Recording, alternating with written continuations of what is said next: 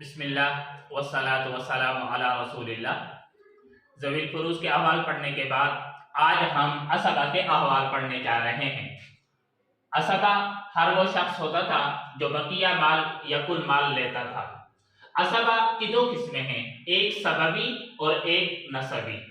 عصبہ سببی اس کو کہتے ہیں، وہ ہوتے ہیں موتق یعنی آزاد کرنے والا آقا۔ کوئی غلام مرا اور غلام کے مرنے کے بعد اس کی اپنی اولاد بھی نہیں تھی، تو جو نسبی ہے وہ بھی نہیں تھی، تو اب یہ جو سببی کھڑا ہوگا یہ کل مال لے لے گا۔ اور اگر نسبی کھڑی ہوگی، اس غلام کی کوئی اپنی نسبی کوئی اولاد کھڑی ہوئی ہے تو پھر وہی حقدار ہوتی ہے۔ اگر وہ نہیں ہوتی تو پھر سببی موتق وہ اس غلام کے مال کو لے لیتا ہے۔ عصبہ نسبی کی پھر تین قسمیں بن جاتی ہیں، عصبہ بغیرہ، عصبہ مع غیرہ اور عصبہ بنفسہ۔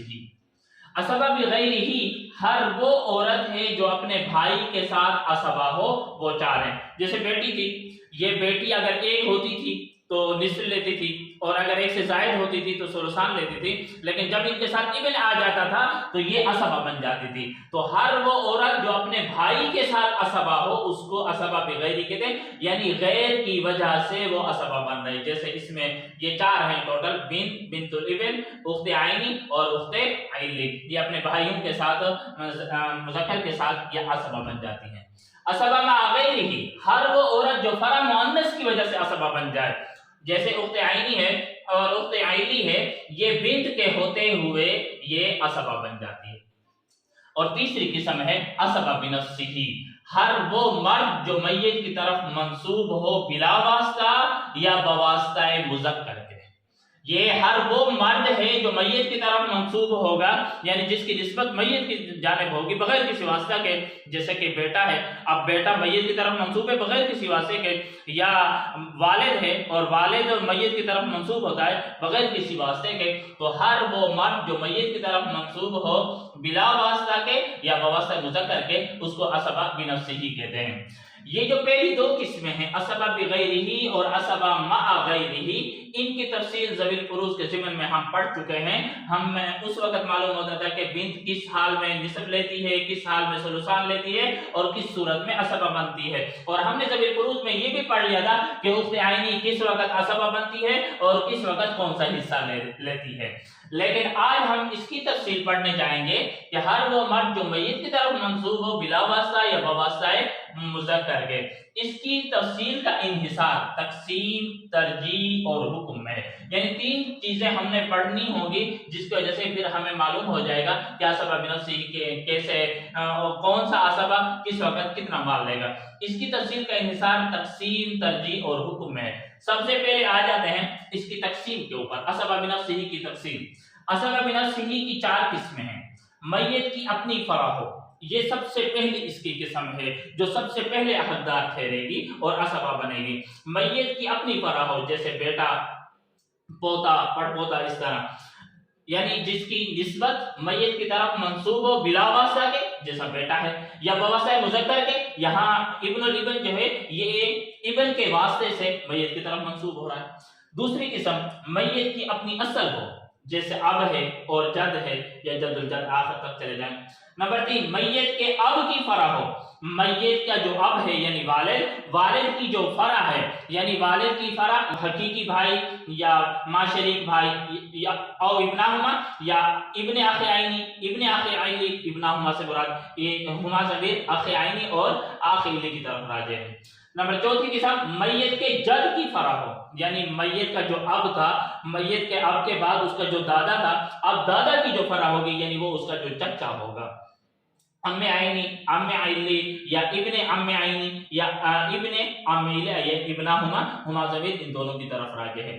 یہ چار قسمیں ہیں۔ اب آ جاتے ہیں ترجیح کی طرف۔ وجوہات ترجیح تین ہیں، ان چاروں قسموں میں سے الترتیب ایک قسم عصبہ ہوگی، یعنی ہم نے جو یہ چار قسمیں پڑھی ہیں ان چاروں قسموں میں سے الترتیب ایک قسم سے عصبہ ہوگی، یعنی سب سے پہلے یہ حقدار ہوگی پورا مال لینے کی یا بقیہ مال لینے کی، اور اگر یہ موجود نہیں ہے، ابن یہ ابن الابن وغیرہ موجود نہیں ہے، تو پھر ہم میت کے اصل کی طرف آ جائیں گے، آب اور جد کی طرف۔ اگر یہ بھی موجود نہیں ہے تو پھر ہم تیسری قسم کی طرف آ جائیں گے، اور اگر یہ بھی نہیں ہے تو پھر ہم چوتھی قسم کی طرف آ جائیں گے۔ تو ان چاروں قسموں میں سے الگ ترتیب ایک قسم عصبہ ہوگی۔ وجوہات ترجیح جو 3 تھی ان میں سب سے پہلے ہم اس کو دیکھیں گے۔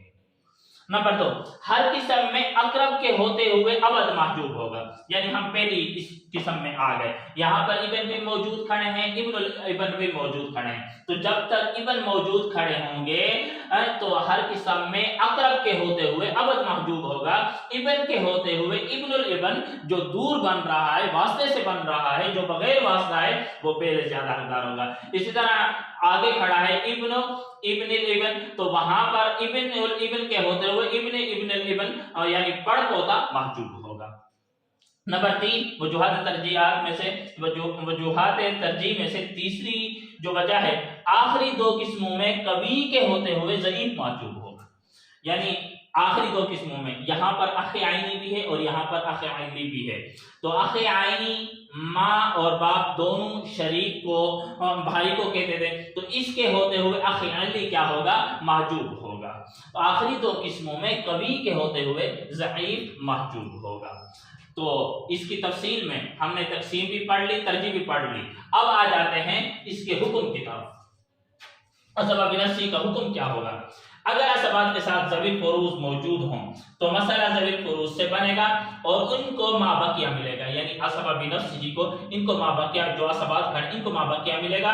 اگر نہ بچے تو یہ محجوب تصور ہوں گے، یعنی سب سے پہلے جو ذوی الفروض کھڑے ہوں گے، مسئلہ بھی ذو اضافہ عقل نکالنے کے بعد مسئلہ اسی سے حاصل ضرب سے مسئلہ بنا لیں گے، اور مسئلہ بنانے کے بعد جو بقیہ مال بچے گا وہ بقیہ مال ان عصبہ بنفسی کو دیا جائے گا، اور اگر ان میں سے کچھ بھی نہیں بنتا تو یہ محجوب تصور ہوں گے۔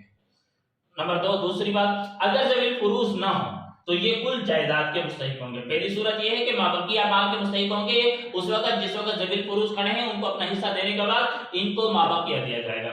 اگر ذوی الفروض نہ ہوں تو یہ کل جائیداد کے مستحق ہوں گے اور مسئلہ عدد رؤوس سے بنے گا۔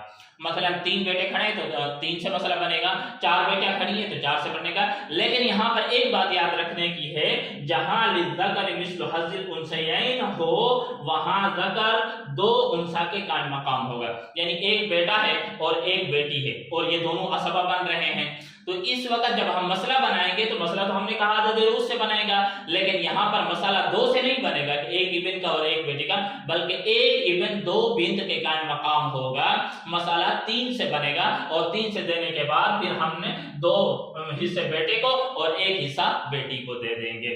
یہ ہے آج عصبہ کی تفصیل، اور اس کا سمجھنا انہی نقشوں کے ساتھ نہایت ضروری ہے۔ یہاں تو معاملہ ہم نے ذوی الفروض میں حل کر لیا تھا، عصبہ بغیرہ کا اور عصبہ مع غیرہ کا، یہ سمجھنے کی تھوڑی تفصیل ہے اور اس کو خوب ذہن نشین کر لینا چاہیے۔ تبارك الذي نزل الفرقان على عبده ليكون للعالمين نذيرا